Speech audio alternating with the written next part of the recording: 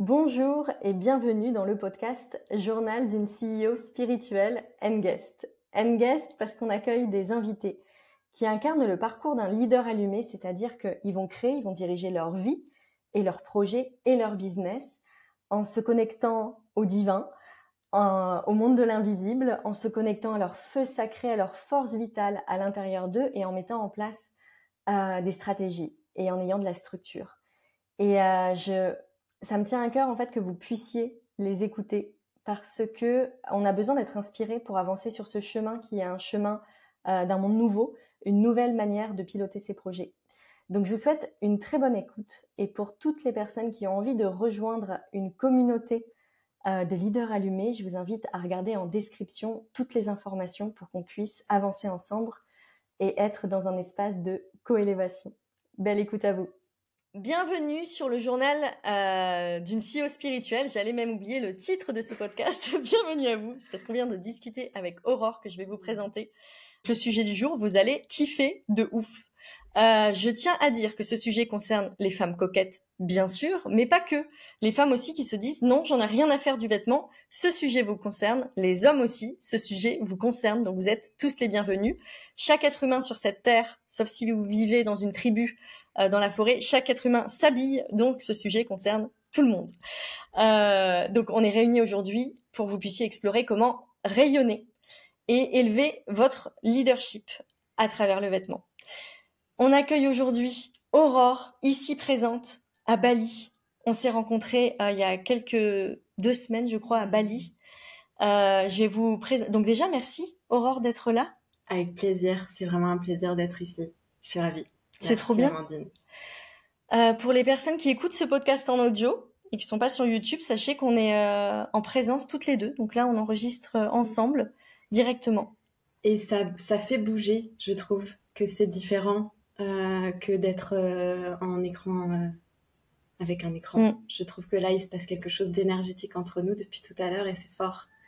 Il y a comme quelque chose de l'ordre de la vulnérabilité, de l'authenticité qui est présent. C'est beau. Mais merci de le déposer, Aurore. Du coup, j'en profite pour vous dire que avant le podcast, on a échangé ensemble, avant le début de cet enregistrement, on a échangé ensemble avec Aurore pendant 1 heure. Nous sommes aujourd'hui le jour de l'enregistrement, le 8 août 2024, qui est le jour du portail 888, où, pour résumer, si je peux vulgariser, le ciel est ouvert, le cosmos est ouvert et nous envoie certaines fréquences et certaines énergies pour des transformations, des shifts identitaires. Donc c'est un très grand jour. Et en fait, on a eu un très bel échange avec Aurore juste avant. Et vous allez en être nourris de cet échange à travers tout ce qui va ressortir. Pour vous présenter Aurore est coach et elle a accompagné pendant longtemps essentiellement en thérapie énergétique, mais aujourd'hui en coaching, beaucoup pour les femmes et sur le leadership féminin, et aujourd'hui sur le vêtement. Et c'est vraiment un pivotage et une renaissance par rapport à un sujet qui lui tenait profondément à cœur. Qu'est-ce que j'avais envie de rajouter aussi sur toi ? Oui, que tu es arrivée du coup à Bali il y a 3 mois. Oui. Qui est une terre de transformation fabuleuse. Et en fait, non, j'en connais pas beaucoup plus sur toi. Alors pour vous dire, on s'est baladé dans les cascades, on a dansé ensemble, on a beaucoup discuté. Mais c'est l'occasion que tu me présentes un peu, que tu nous dises qui tu es, d'où tu viens. Avec plaisir. Trop bien. Je suis arrivée à Bali il y a 3 mois. Ça faisait 4 ans que j'étais très attirée par Bali, vraiment. Je me suis formée au yoga et à la spiritualité védique il y a 4 ans et j'ai été formée par une personne qui a vécu à Bali et qui était vraiment plongée dans cette spiritualité balinaise. Et donc, ça fait 4 ans que je suis très attirée par Bali et que je sais que c'est une terre qui va me transformer, qui va me permettre de me connecter à moi. Honnêtement, j'avais extrêmement peur, j'étais terrorisée. Tu sais, tout à l'heure, on a partagé, on vous en dira sûrement plus. Tout à l'heure, avant le podcast, il y a eu quelque chose en moi qui est de l'ordre de la peur, en fait, qui est venue là. Et en fait, avant d'aller à Bali, je pense qu'avant chacune de nos grosses transformations, on est comme ça. Parce qu'avant d'aller à Bali, le jour où j'ai appuyé sur entrée pour acheter mon billet, tout de suite après, j'ai eu des pleurs, comme une grosse anxiété. alors que c'était mon projet d'âme, alors que fondamentalement, je sais que c'était pas mon petit ego qui voulait partir en vacances, tu sais, aux Bahamas. Non, c'était vraiment quelque chose de l'âme. C'était depuis 4 ans très présent, quelque chose qui m'appelait très fortement. Et j'ai eu très très peur. Et quand je suis arrivée, en effet, c'était pas à piquer des hannetons. C'était des grandes, ouais, je crois que j'ai eu des grandes transformations, tu vois. Euh, des choses qui sont ressorties, qui se sont nettoyées, qui se sont apaisées, une joie nouvelle. Depuis 3 mois, tu sais que je vis une joie et une sérénité que j'avais pas vécue depuis 10 ans. Et donc ça peut être, alors moi ça passe par Bali, peut-être que pour vous qui nous écoutez, ça passe par l'accompagnement avec une super coach, une super thérapeute ou que sais-je, une super retraite. Mais en tout cas, mon âme savait que à travers ces terres balinaises, j'allais vivre un shift identitaire et c'est ce que je suis en train de vivre et ça continue. Et tu sais que je vis avec une personne, Ingela, qui est super. Ça fait 25 ans qu'elle habite à Bali. Et elle m'a dit, Aurore, si tu peux rester au moins 1 an, c'est super parce que j'observe, elle accueille beaucoup de gens qui viennent de partout dans le monde pour faire des retraites ici.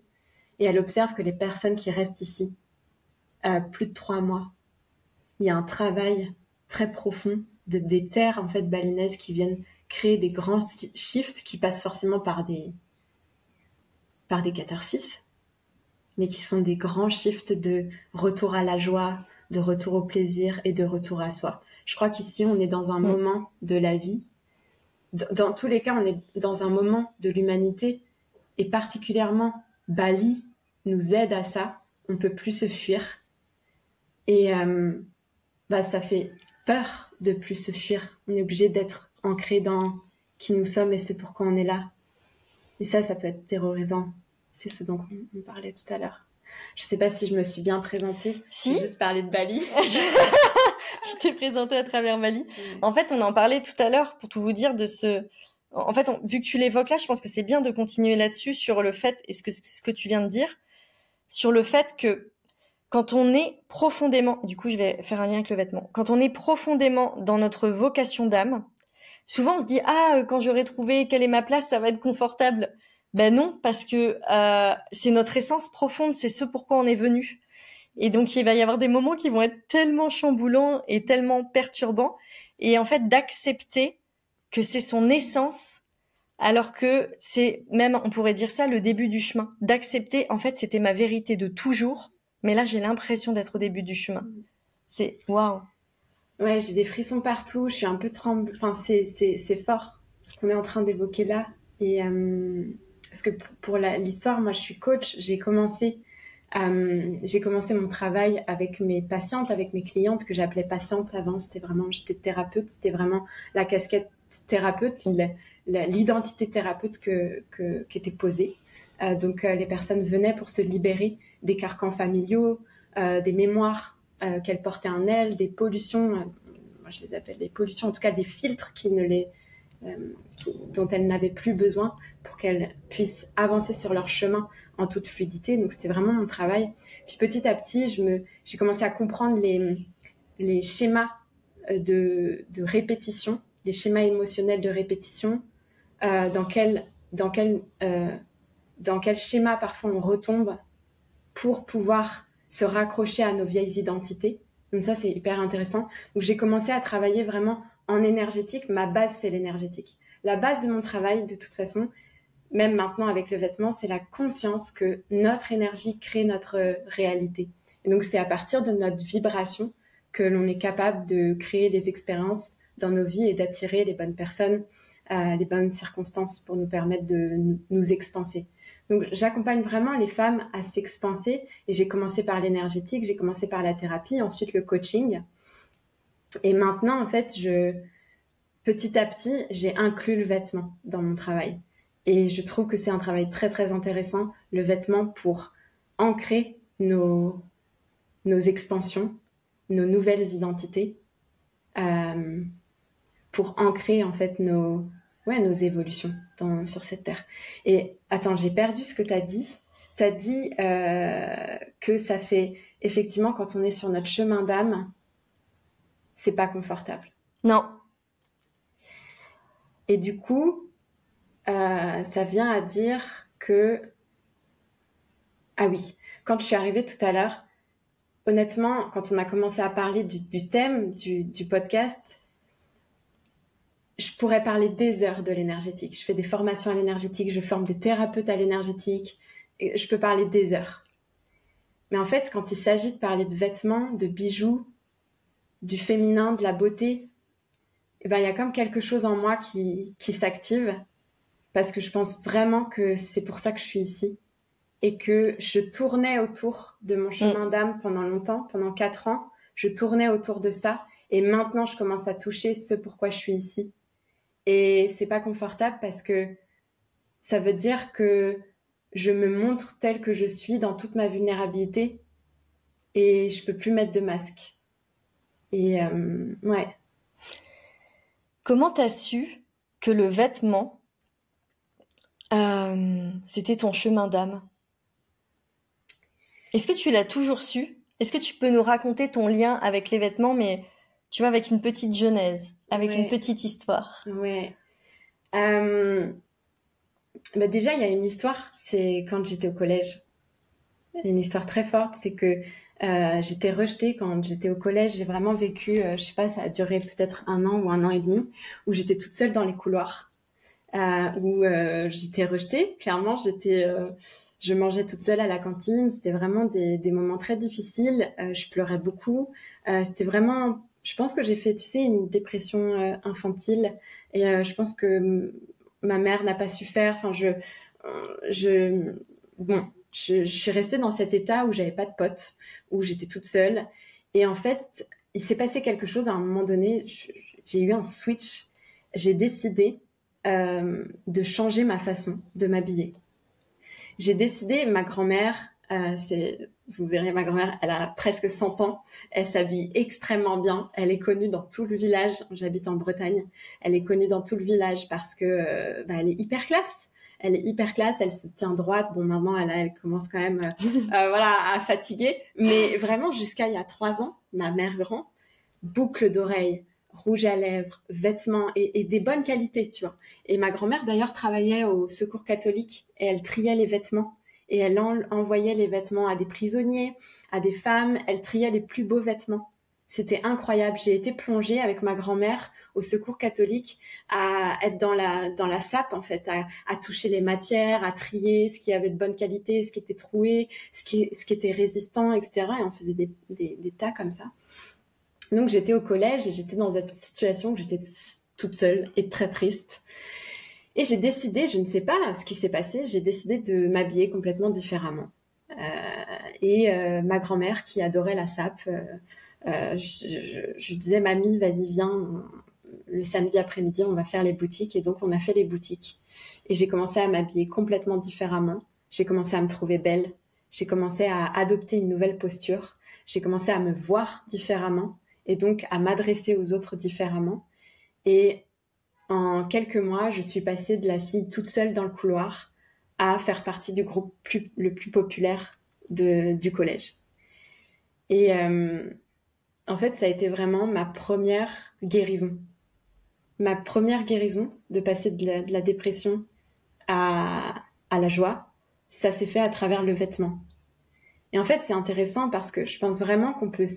Souvent, on a besoin de travailler à l'intérieur. On travaille l'intérieur pour changer l'extérieur. Et je suis tout à fait d'accord. Mais et si on pouvait considérer aussi qu'on peut s'aider de l'extérieur, de notre environnement, pour changer ce qui se passe à l'intérieur de nous. Et en fait, c'est ce qui s'est passé pour moi. J'avais pas les outils. J'avais 12 ans, 13 ans. J'avais pas les outils.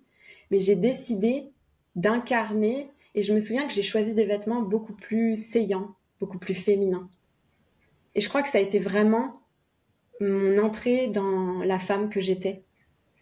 Puis j'étais très précoce. J'aimais beaucoup les garçons. J'aimais beaucoup tout ce qui était en lien avec la sexualité déjà. J'étais très attirée par ça. Et en fait, je sens que je suis comme passée de la petite fille à la femme un peu plus à ce moment-là à travers le vêtement. Ça a été vraiment le premier lien au vêtement. Et par rapport à ta question, il y a d'autres choses qui me sont venues. Moi, ça me fait penser, on a eu un échange sur Instagram la dernière fois, on avait fait un live. Et en fait, ce que tu avais expliqué, ce qui s'était passé pour toi jeune quand tu, bah voilà, exclu du groupe, sensation d'être exclu du groupe et ensuite d'être inclus dans un groupe et que ça passe à travers le vêtement, ça n'a pas été uniquement mettre des vêtements, c'est que tu as fait un shift identitaire. Ouais.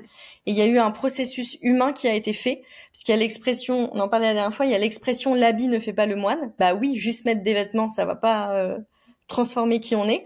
Par contre, s'il y a ce processus de conscience avec le vêtement et d'intégration intérieure, de valorisation de soi, il y a quelque chose qui est magique et qui se transforme.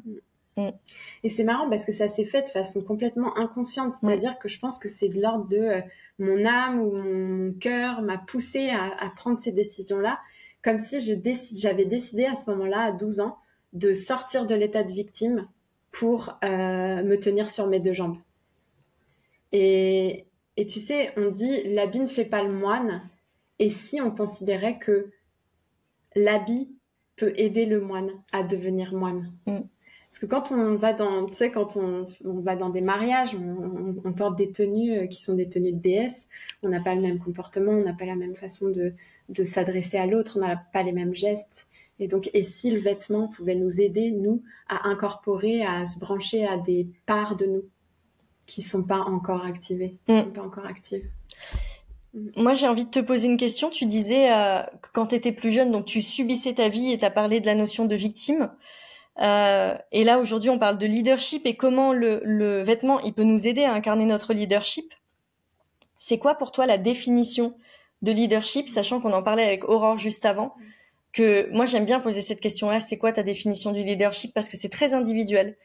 Et donc, je vous encourage à écouter aussi Aurore en regardant ce qui résonne pour vous et comment vous vous ajustez pour construire aussi votre propre définition à vous du leadership, parce qu'un leader, c'est lui-même qui définit le leadership. C'est quoi ta définition à toi? C'est intéressant parce que je pense que la définition même que je donnerai aujourd'hui, elle évoluera probablement demain. Pour moi, être leader, c'est être responsable de ses choix et de ses émotions. Une femme leader, c'est une femme qui ne se responsabilise pour qui elle est et arrête de projeter sur l'autre. Une femme leader, elle est capable de maîtriser son émotionnel et de faire des choix forts pour elle, en fonction de ce qui est juste pour elle, en fonction de ses besoins, de ses priorités, de son âme. Une femme leader, elle est capable de respirer dans sa vulnérabilité, respirer dans son émotionnel et se connecter à son cœur pour faire des choix forts. Et pour moi, les choix forts, c'est choisir aussi l'extérieur. On a tellement eu l'habitude d'être la petite fille gentille. La petite fille qu'il faut pas trop que je brille. Et moi, j'aime beaucoup travailler avec le rapport à la mère, pas pour dire que c'est la faute de notre mère, pour comprendre. Un peu quand même. Non, je rigole. non, c'est une blague. Ouais. Non, c'est vraiment une blague. C'était... Non, mais j'allais refaire une blague, mais c'est pas dit. Ok. Mais ouais, notre mère a fait ce qu'elle a pu, en quelque sorte. Mais c'est hyper intéressant parce que la petite fille en nous, elle vit. Jusqu'à nos 100 ans, elle sera là. Et elle est à la fois la source de joie, de pétillement, de plaisir. Et à la fois, c'est aussi l'inconscient qui nous empêche parfois d'aller vers celle que nous sommes. Et on a tellement eu l'habitude, particulièrement quand on a grandi avec une maman qui n'a pas su devenir la femme ou n'a pas pu devenir la femme qu'elle a voulu qu'elle est, qui n'a pas pu faire des choix en fonction de son âme, en fonction de qui elle est. Une maman qui est dans ses frustrations, elle n'a pas forcément donné l'autorisation vibratoire à la petite fille d'être qui elle est. Et il est très probable qu'elle ait été même dérangée par la brillance de sa fille. Et en fait, on est vraiment habitué à pas... Pour nous, la petite fille qui est en nous, elle veut surtout créer du lien, garder le lien avec sa maman. Et ensuite, le rapport à la mère, c'est le rapport aux femmes. C'est le rapport à la vie, c'est le rapport à l'autre, c'est le rapport à soi. Donc en fait, il y a un schéma, souvent, chez nous, en tant que femme, c'est si je brille trop, je vais couper le lien avec toi. parce que je vais peut-être me mettre en compétition avec la femme que tu es. Et donc, je préfère soit me mettre à ton niveau ou soit me mettre légèrement en dessous de toi pour surtout garder notre lien, en fait. Et c'est un schéma inconscient qui est qui est très puissant et qui nous amène à jouer petit, qui nous amène à être la moitié de ce qu'on est par peur d'être rejeté, par peur d'être mise de côté. Donc, le leadership, c'était la question sur le leadership. C'est voir cette petite fille en nous, devenir la meilleure mère pour elle, pour pouvoir faire éclore la femme que nous sommes, et de prendre en main, en fait, de prendre sur le cœur les peurs, tous nos petits qui ont peur, et être la meilleure mère pour eux, répondre à leurs besoins, et faire éclore la femme, en fait, vraiment. Ouais. En parlant de leader, tout à l'heure, on évoquait ensemble, je t'ai posé la question de quels sont les leaders, et on avait une réponse différente, donc c'était drôle, mais quels sont les leaders qui, aujourd'hui, ont intégré le vêtement, vraiment l'énergie du vêtement pour accroître leur rayonnement, ou vraiment ils l'utilisent. Et moi, j'avais une personne en tête, et j'en avais plusieurs, mais j'avais une personne en tête surtout. Et toi, t'avais la même, mais on n'avait pas la même version. Parce que c'est trop drôle. Ouais. Alors moi, on raconte comme ça le processus. Moi, j'avais en tête Regan Hiller, que j'avais rencontré, que j'avais vu en Estonie, donc il y a 2 ans. Oui, c'était il y a 2 ans en fait, en Estonie à Mindvalley, l'université d'été de Mindvalley. Donc pour les personnes qui connaissent pas, Mindvalley, c'est une des plus grandes plateformes de développement personnel au monde. Où il y a des cours en ligne, et en fait chaque année il y a une université d'été où pendant 3 semaines, en gros tout le monde est réuni avec plein de coachs, etc. Et avec beaucoup de conférences, et vraiment un espace de transformation qui est chouette, vraiment à l'américaine. Moi j'ai bien aimé aussi vivre ça, un truc à l'américaine avec des concerts de ouf et tout. Et donc moi j'avais vu Regan Hiller qui était arrivée dans les couloirs, et vraiment un rayonnement, quoi, une bulle de lumière quand elle arrive. Et je me souviens avec son chapeau, magnifique chapeau, avec ses vêtements, mais une matière tellement noble. Et pour moi, je m'étais dit, ouais, mais on est dans un défilé de mode là, ou quoi, les gars, c'est trop beau en fait, ce qu'elle a créé. Et tout au long en fait de ces 3 semaines, il y avait vraiment il y avait un soin particulier qui avait été pris à la garde-robe. Et je pense que vraiment cette venue a été très travaillée. D'un point de vue vestimentaire, c'est pas naturel, quoi. C'est pas genre oh, j'ai choisi une robe par hasard. Pas du tout. Tout a été travaillé très minutieusement. Et donc j'évoquais cette personne, et qui, pour moi, en fait, elle utilise vraiment le vêtement pour s'élever. Ouais, comme un outil de pouvoir. Et il y avait eu un commentaire suite à une de ces conférences. Donc la conférence a été mise sur Instagram. Et il y a quelqu'un qui a dit, mais c'est quoi l'objectif de s'habiller avec une robe de gala et de soirée comme ça pour un événement, c'est quoi le but en fait? Et elle avait répondu une phrase que j'adorais. Je vais pas dire les termes exacts, mais dans l'énergie, c'est ça. Elle avait dit, j'honore tellement les personnes que j'accompagne dans leur transformation que je me fais la plus belle possible pour eux en fait. Et c'est vraiment, pour elle, c'était une marque de respect. Et en fait, sa réponse, j'avais trouvé trop belle. Je m'étais dit, mais oui, elle fait de son corps, de sa vie, etc., une œuvre d'art pour pouvoir sublimer le monde et accompagner chaque personne à sublimer le monde. J'adore. Et il y a quelque chose qui m'est venu pendant que tu parlais, c'est pourquoi ça sert à quoi de mettre une grande robe de gala? Pour honorer la déesse et la prêtresse que je suis, en fait. Et tu sais, je t'avais raconté, j'étais sur mon scooter et j'étais en plein Ubud, il y a plein de monde partout, tout le monde s'habille à peu près pareil. Et là, il y a une femme qui est dans une robe de gala, il est 15h. Elle a une fleur, une grosse fleur dans les cheveux. Et j'étais là, mais on pourrait lui dire, mais pour qui tu te prends? Mais en fait, elle se prend pour qui elle est. Elle se prend pour son essence divine. Elle se prend pour la déesse qu'elle est. Et en fait, on passe notre temps à cacher qui nous sommes, à mettre des draps, en fait. Pour moi, ça revient à ça, en fait. On met le sac poubelle sur la tête. Et c'est vraiment ça, puisque la majorité de nos vêtements sont produits avec la pétrochimie. Donc, en fait, quand on fait un zoom arrière, comment on considère qu'il y a un moment donné où, en tant que femme, et on sait que, pour moi, les femmes ont un rôle à jouer énorme dans l'évolution de l'humanité, et notre puissance, elle est vibratoire. Et donc, t'imagines, on met un sac poubelle. Alors déjà, le plastique, tout ce qui est pétrochimie, ça coupe notre vibration. Donc, on se met encore à côté de nous-mêmes. Et là, Regan Hiller, ce qu'elle fait là, c'est qu'elle honore son essence pure. Et c'est ça qu'on veut. On veut porter des vêtements qui honorent notre essence vibratoire. C'est-à-dire qu'au lieu de mettre en carafe ton taux vibratoire, il permet à ton essence de se déployer. Et c'est génial. Ton exemple, il est génial. Et ce qui est très drôle, et c'est pour ça que tu me poses la question, c'est qu'en fait, tu me dis, est-ce que tu as une personne comme ça? Et je dis, bah écoute, pour moi, de ce que j'ai vu de Regan Hiller, elle s'habille en pétrochimie avec des couleurs qui la mettent pas du tout en valeur. Et c'est hyper intéressant, en fait. Parce que ça veut dire que en fait, moi, je l'ai vu dans 2 vidéos. Une vidéo, elle porte une robe rose pétante qui fait trop rose bonbon, en fait, qui qu'honore pas sa vibration d'élégance, en fait, pour moi. Et pareil, une robe bleue, pareil, très pétrochimie, c'est-à-dire qu'on sent bien que c'est ni du coton ni du lin, c'est pas du tout des matières naturelles. Et sur ces 2 vidéos, je me suis dit, mais cette puissance, cette femme est très puissante, Regan. Et en fait, quand je la vois sur ces 2 vidéos, je me dis, waouh, ça te met tellement en carafe et ça n'honore pas le leader que tu es. Et c'est marrant parce que j'ai probablement perçu ça chez elle parce que j'ai vu son potentiel. Et en fait, elle prend soin de ses vêtements. C'est intéressant. Et là, ce qui est très drôle, c'est que là, en tout cas à Mind Valley, on était dans un univers où on était en Estonie, puis il y avait tellement de gens qui étaient habillés comme à Bali ou en mode tantra et tout. C'était vraiment génial. Moi, j'aime bien cette ambiance. Et en même temps, les pubs que tu as vues, c'est des pubs de Mind Valley qui sont un peu... je pense qu'en fait, ils ont fait un truc mainstream et grand public, ouais. Je pense qu'il y a de ça aussi qui a pu jouer.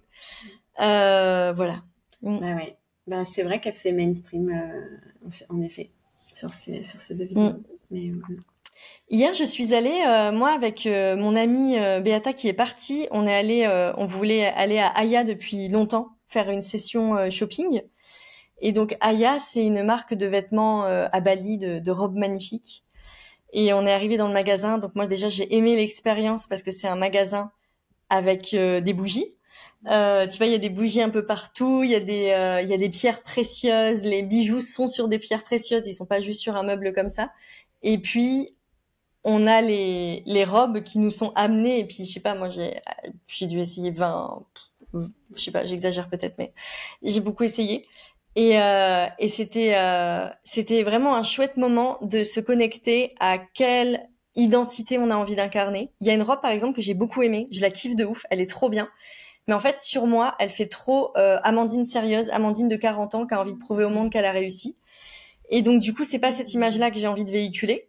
Il y en a une qui était hyper sexy, mais la question c'est, sexy, satinée, trop belle. Mais là, je vais à Copenhague, je me dis où je vais la porter. Donc, je l'ai bien filmée pour pouvoir l'acheter quand je vais sortir mon livre à ma grosse conférence.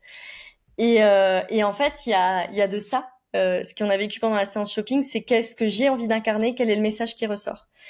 Et il y a un moment, on regardait des lunettes, et moi j'ai pris des lunettes un peu classiques. Et ma pote, elle m'a dit, mais là tu t'effaces, c'est pas toi, t'as une personnalité un peu délurée, c'est pas toi, c'est ces lunettes-là, qui étaient des lunettes vachement remontées, un peu fantaisistes. Et en fait, je me suis dit, mais c'est vrai, ça fait des années que je m'efface avec des lunettes qui sont tellement classiques et conventionnelles pour être dans la norme, alors qu'en fait, je suis délurée, c'est moi en fait. Et donc je trouve qu'à travers le vêtement, il y a vraiment une acceptation aussi de qui on est. Absolument. Et puis c'est ce que tu as évoqué là, ce que tu évoques, je sens la joie, le plaisir en fait. Et c'est ça que moi que j'ai trouvé extrêmement intéressant, c'est que quand j'ai commencé, j'étais en mode thérapie. Donc c'est un peu lourd, hein. C'est-à-dire que être énergéticienne, faire des gros nettoyages énergétiques, c'est lourd. Honnêtement, t'es plongé dans les marécages des gens. Et c'est ça, la thérapie conventionnelle, c'est vraiment, tu plonges dans tout le temps tes ombres, tout le temps ce qui est... Et en fait, c'est ce que moi j'ai trouvé intéressant, c'est comment je peux utiliser, donc accompagner mes patientes à se délester de ce qui ne leur appartient pas. Oh, j'adore ce que je fais. En fait, la première séance, ensemble, on va se connecter à leur vibration originelle. Vraiment, je les amène dans une visualisation où on se branche aux joyaux avec lesquels tu t'es incarné sur la Terre et qui te sont propres, qui sont uniques. Et en fait, je les amène dans une visualisation où elles vont se voir. Mais en fait, elles vont voir leur version d'après, mais elles vont surtout voir leur plein potentiel à travers une femme, à travers l'incarnation d'une femme vraiment qui se positionne devant elles. Et souvent, je leur propose d'observer comment elle se tient, ce qu'elle dégage, observer ses cheveux, sa façon de s'habiller. Et après, on continue la visualisation. Et après la visualisation, on prend toujours des notes. Comment cette femme est habillée? Comment tu peux te rapprocher de cette femme? Parce que c'est super d'aller se délester de ce qui n'est pas toi. Mais comment tu peux sentir qui est cette femme que tu es? Et comment tu peux te rapprocher d'elle un peu plus chaque jour de 1%? Par des actions, je leur demande qu'est-ce qu'elle fait le matin, cette femme, et qu'est-ce qu'elle a arrêté de faire. Comment tu peux chaque jour te rapprocher de cette version de toi qui est ton pur potentiel. Et en fait, le fait de leur proposer de choisir un vêtement qui va symboliser leur entrée, leur connexion à cette femme-là, mais c'est hyper joyeux. C'est hyper joyeux. Et après, parce que la transformation, les expansions, c'est à la fois très profond, surtout quand on touche à ces couches-là, toi tu l'appelles cosmique, divin, on est vraiment dans la profondeur de notre être. Et en même temps, je trouve que de toucher aux vêtements, ça va venir nous amener la joie, le plaisir de devenir cette femme qui. Et c'est ça que je ressens quand tu parles de ça, et c'est ça que je ressens moi dans les accompagnements maintenant que j'inclus le vêtement, c'est on en a marre de la lourdeur, des expansions ou des transformations à travers la lourdeur. Oui, on est dans la profondeur, mais est-ce qu'on peut, avec joie, avec plaisir, jouer à? Et si je jouais à être cette femme, mais c'est pas une femme que je pourrais positionner comme un idéal où tout d'un coup je vais me refaire faire les seins et puis je vais m'habiller comme toutes les femmes sur Instagram, tu sais. Non, c'est pas ça, c'est comment je peux jouer à cette femme à laquelle je me suis connectée et qui est vraiment mon potentiel d'âme en fait. Comment je peux jouer à l'incarner un peu plus chaque jour. Et c'est tellement joyeux. C'est tellement joyeux. Moi, ce qui m'a aidé à renouer aussi avec le vêtement, ça fait plusieurs années déjà parce que quand on est coach, il y a un truc de bien quand on est coach, c'est qu'on fait des shootings photos. Donc ça fait rire beaucoup de gens. Mais en fait, le shooting, il a un potentiel de dingue. C'est en fait, quand on a un message qu'on a envie de véhiculer, quand c'est notre message, on va orchestrer une séance photo. Donc on va travailler un peu sur la direction artistique avec des photographes, sur quels sont les messages clés que j'ai envie de voir transparaître à travers une image. On dit toujours qu'une image vaut 1000 mots. Et cette image, il faut qu'elle soit travaillée en amont. Déjà par une incarnation de la posture, mais aussi par, une direction artistique. Donc il y a plusieurs choses qui sont mises en place, mais dont le vêtement. Et donc souvent, quand on est coach, il y a la mission shopping. Sauf moi, j'ai fait un shooting la dernière fois où il s'occupait même du fitting, donc de tous les vêtements. Vraiment, c'était génial. Mais sinon, c'est nous généralement qui faisons la mission shopping. Et ça, c'est un sacré cheminement de savoir quels sont les tissus, les formes, les couleurs, etc. qu'on va aller chercher. Donc je trouve déjà que dans nos métiers, il y a cet outil en fait photo et vêtements qui va nous permettre de prendre notre place. Et puis il y a autre chose par rapport à ça, c'est que moi il y a 1 an, je suis partie en Égypte. J'avais déjà renoué avec mon féminin, mais en fait l'Égypte m'a fait renouer avec un féminin beau, précieux. J'ai envie de dire ça, précieux, vraiment l'or, avec un féminin or. Moi, j'adore le métal or. Et quand je dis précieux, c'est dans le sens ornement et parure. En fait, donc en Égypte, dans les temples, les déesses ou même les femmes des pharaons ou les pharaons qui étaient femmes, etc. Ou même les pharaons, mais il y avait un grand soin avec les vêtements et avec les bijoux. Et quand on va en Égypte, en tout cas, moi, je l'ai vraiment senti. J'ai senti cette connexion à la beauté et à quel point la beauté, elle était importante pour eux. Et à quel point, quand on honore la beauté, ce sont des offrandes à Dieu, en fait. La beauté sont des offrandes à Dieu. C'est de dire à Dieu, je t'aime. L'univers, en fait. Je suis en lien avec toi et donc j'amène du beau. Exactement ce que fait Bali. Bali, c'est une terre qui est magnifique. Il y a des offrandes partout. Ils font beaucoup attention à l'architecture, aux statues, au décor, parce qu'ils honorent les dieux. Et moi, me reconnecter aux déesses égyptiennes, ça m'a permis de sortir d'une sorte de, je vais l'appeler comme ça, le mot sort comme ça, donc je vais le dire, d'une sorte de chape de plomb du milieu spirituel qui est, en fait, c'est que l'intérieur qui compte et l'extérieur ne compte pas. Et que, en fait, les gens qui prennent soin de l'extérieur sont des personnes superficielles. Et moi, cette spiritualité dans laquelle j'ai baigné, aujourd'hui, elle ne me nourrissait plus et je la trouvais fausse. J'avais besoin d'incarner beaucoup plus mon message à travers qui je suis, à travers l'esthétique. J'ai besoin d'être belle. J'ai besoin de me sentir belle. J'ai besoin de me sentir désirable aussi. Ça, c'est hyper important. Et je vais même rajouter le mot parce qu'il est venu pénétrable. J'ai besoin de me sentir pénétrable.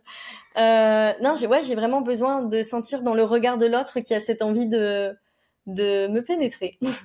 Et c'est pas, ça m'ouvre les chakras, on n'aura qu'à dire ça comme ça.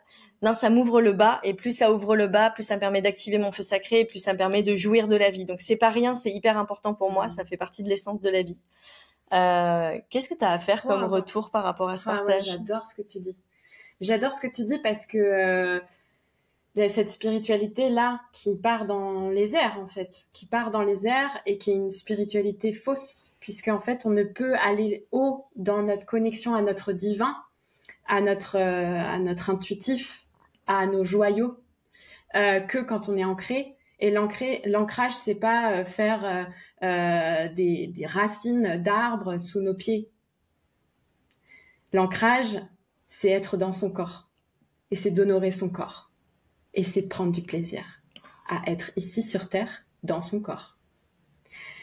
Et ce truc que tu as dit de les gens qui s'occupent de l'extérieur sont superficiels, je suis tellement d'accord avec ce que tu dis, non.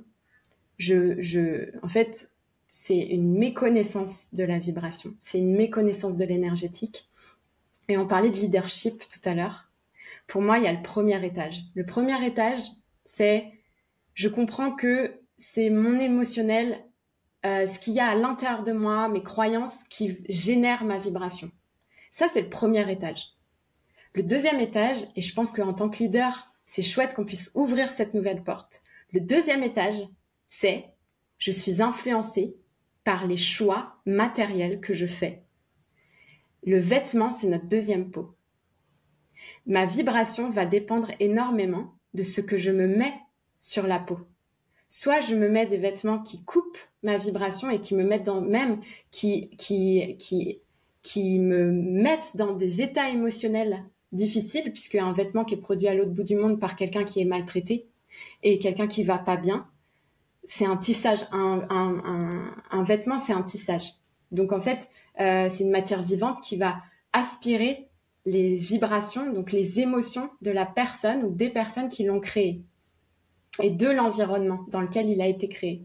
Donc t'imagines bien que quand tu es très spirituel, que tu fais ta petite méditation, que tu prends soin de tes pensées négatives ou limitantes, et qu'ensuite tu vas te mettre un vêtement qui est imbibé de souffrances humaines, animales, etc., tu peux pas t'attendre à ce que ta vibration elle soit une vibration lumineuse. Et en fait, ça, pour moi, c'est le deuxième étage. C'est cette conscience-là que les choix forts qu'on va faire avec les objets qui nous entourent et particulièrement du vêtement vont façonner notre psyché, nos pensées, donc nos émotions et notre façon d'agir dans la vie. Et on n'est pas des ayatollahs, par contre, tu vois. Moi, je porte des choses, j'ai des chaussures Nike. On n'est pas des ayatollahs de rien du tout. On est juste comment on ouvre la conscience, en fait, de l'énergétique et de la vibration du vêtement et d'à quel point le vêtement va influencer tout ce que tu vas faire dans ta journée. Et ça, ça me porte énormément. C'est quand j'en parle, je me sens portée par un feu intérieur énorme de parler de ça. J'ai pas tous les outils maintenant. J'ai pas tout. Je sens que je suis en train de créer le chemin en même temps que je vous parle là. Mais c'est très fort pour moi de ce que j'observe chez moi. Et on pourra en parler là du standard, de ce que j'observe chez moi, de l'effet du vêtement chez moi et chez les personnes que je commence à accompagner avec ça, c'est vraiment chouette. Et je voulais dire plein de choses par rapport à ce que tu as dit. J'ai plein de choses trop intéressantes.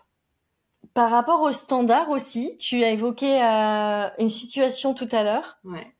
avec donc une femme en fonction de la manière dont elle est habillée. Est-ce que tu peux raconter ça, le resto? Ouais, j'adore.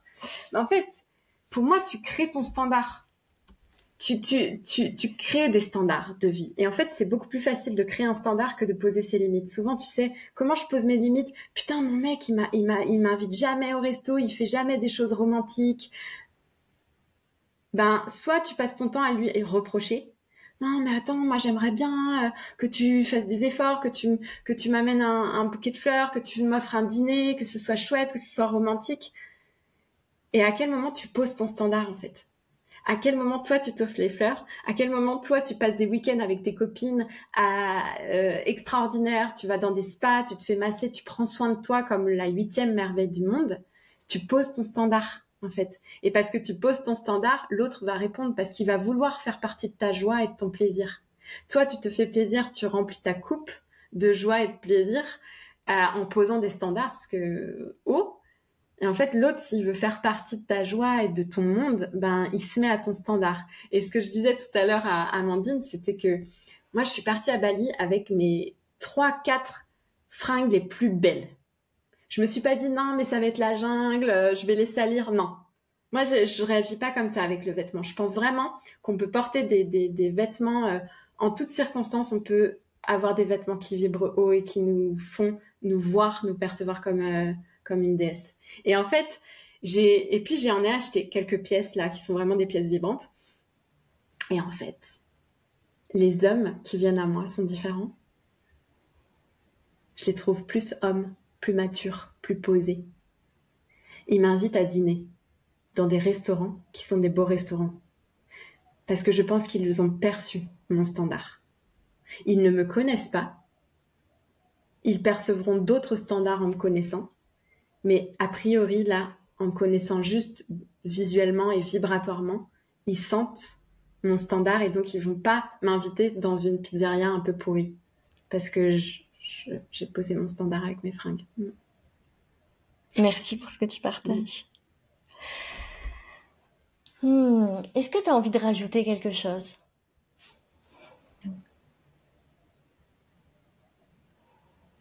Ben, sur le contenu, oui, de toute façon, on peut continuer Mais ce qui me vient par rapport au shooting, c'est que justement à Bali, j'ai rencontré un homme à qui j'ai parlé des vêtements. Je lui ai dit, il m'a dit qu'est-ce que tu fais? D'ailleurs, c'est un homme qui m'a invité aussi à dîner à ce moment-là.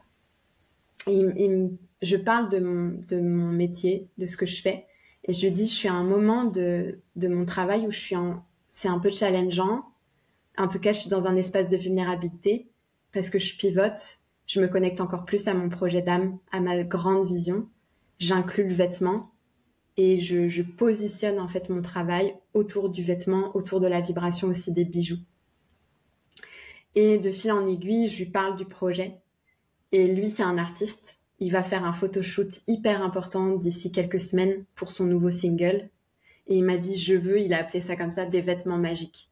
Je veux des vêtements qui me font rayonner, qui me permettent d'être dans ma vibration la plus haute, dans mon expansion la plus haute. Et je veux t'embaucher et je veux qu'on travaille ensemble. Et donc, je suis hyper excitée parce que là, j'ai commencé à faire les boutiques à Ubud. Donc, je repère en fait les boutiques, les matières, les coupes.